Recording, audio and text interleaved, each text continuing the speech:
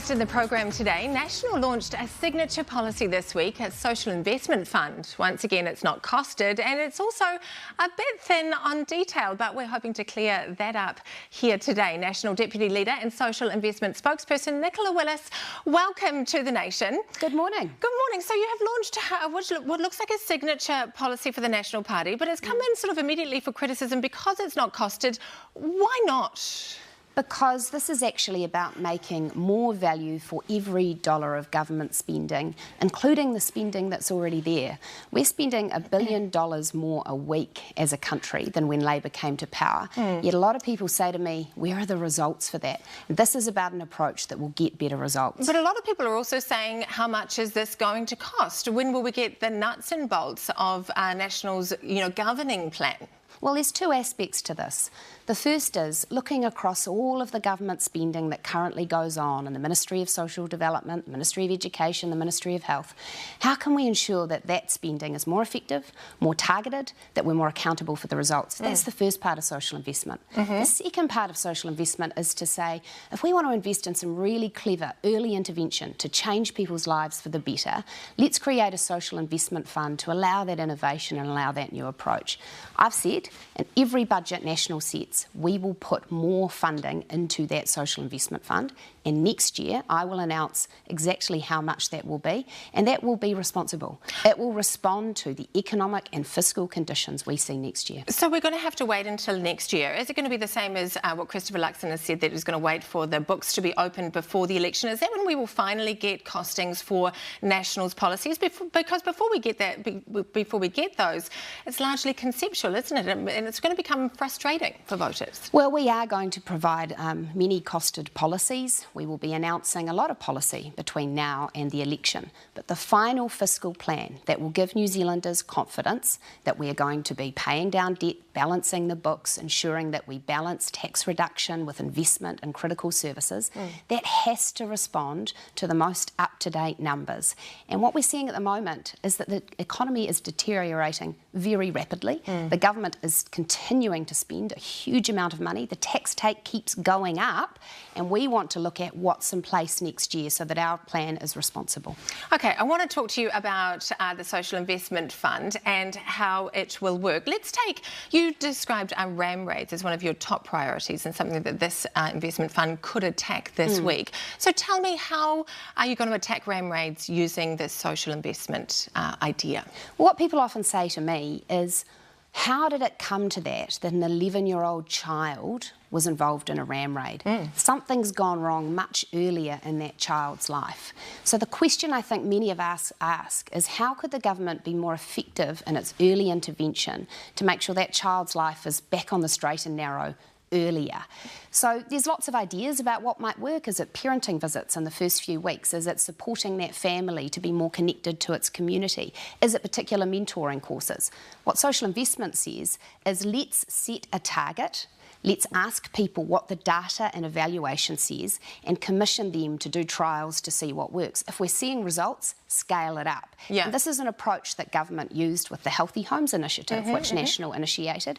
We started really small with a group of young children who were suffering from rheumatic fever, insulated their homes, saw that it was working, that hospitalisation was reducing, that truancy was reducing, that their parents were taking fewer benefits, and then we scaled it up. That's the approach I want to take, because I think people are sick of the big promises and then very little delivery. So let's be methodical. OK, so is the target to stop RAM raids, for example? It's one of your stated aims with this policy. Or is it to address the drivers like deprivation, like social disconnection, like poverty? Because if you're not doing that, right, the ambulance remains at the bottom of the cliff. Well, we have to do multiple things. Both. So first, let me be clear, the police will still have a critical role, the justice system will still have a critical role. There still needs to be responsibility.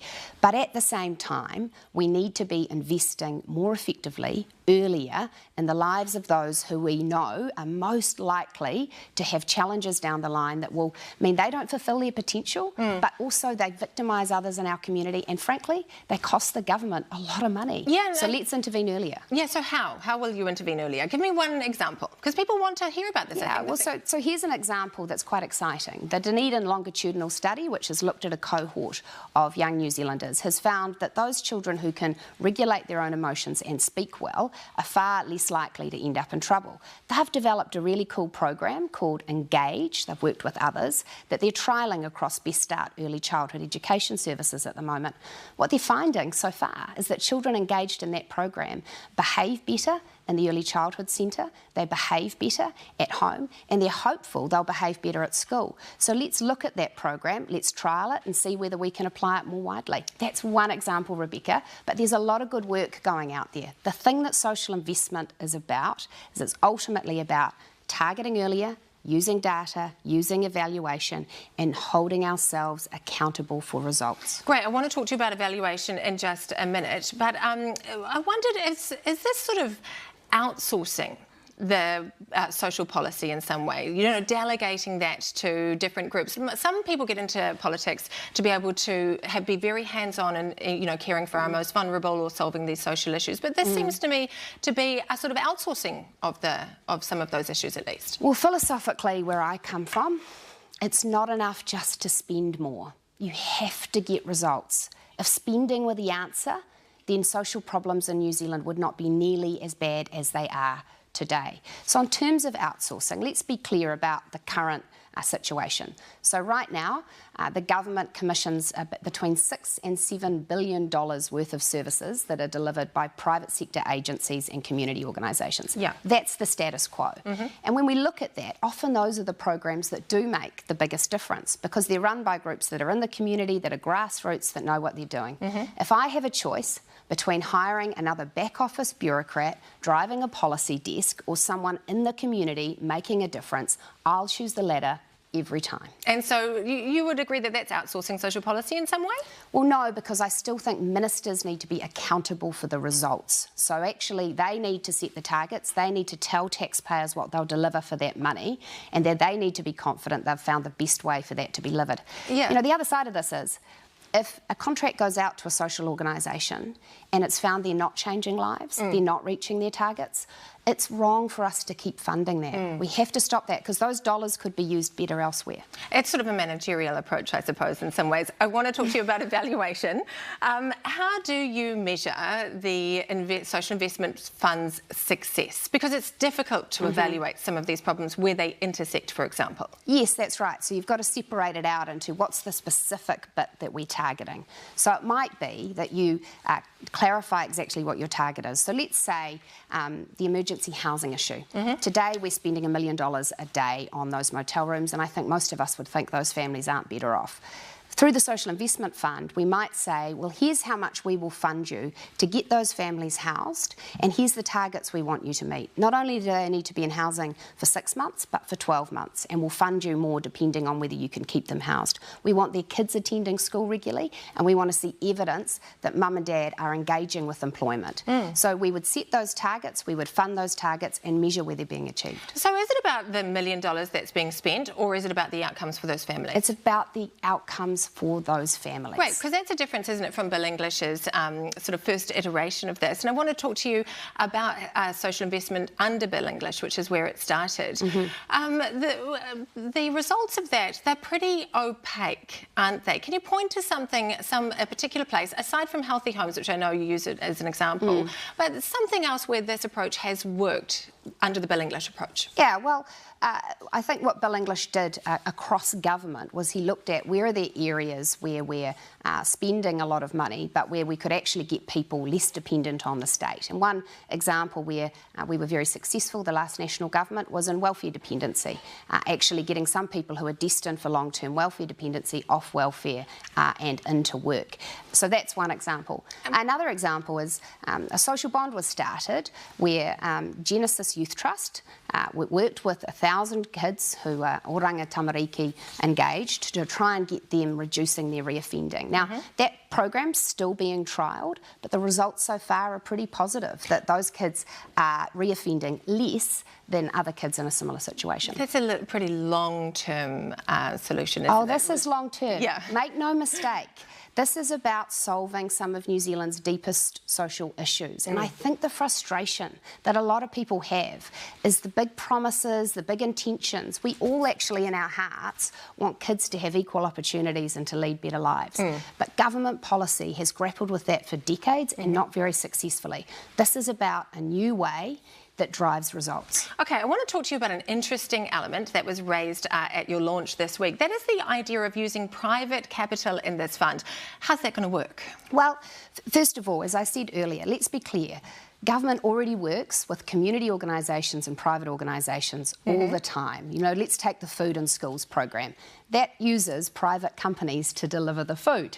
So the reason that we are able to do that sometimes in government is because we identify that that private company will do a better job of that than the Ministry of Education. Okay. So with the Social Investment Fund, same thing.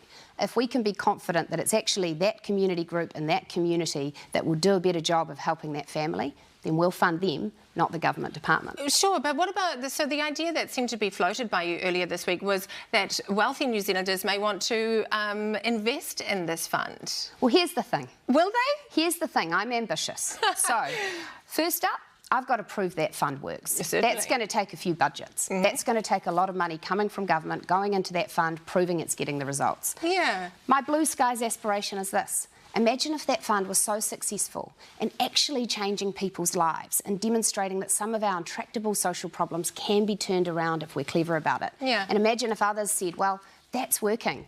I want to be part of it. That, to me, is an aspiration worthy of having. And I am not ideological. You seem uncertain about it at this point. I am not uncertain at all, Rebecca, because I am utterly unideological. Certainly. If someone says to me, I'll give you $1 to do something better for people in need, I will never say no on the basis that it's private money. That doesn't bother me. I'm about results. But what will investors get? What will they get? Knowledge that the dollar they spent was spent in the most impactful way possible. Influence? No, that's not what this is about. You know, I speak a lot with non-government organisations, charities, groups like the Salvation Army, philanthropists. The motivation of their work is to change people's lives. They want people to be able to fulfil their potential, to be liberated from difficult circumstances. There's lots of ways we can do that, but they want to do that in the way that's most impactful, most long-term, and that actually is intergenerational where possible. So if we can help do that together, let's do it. Well, I suppose one element of that is that this money is already coming from taxpayers, the $45 billion within the welfare budget. So we're already all philanthropists donating to this.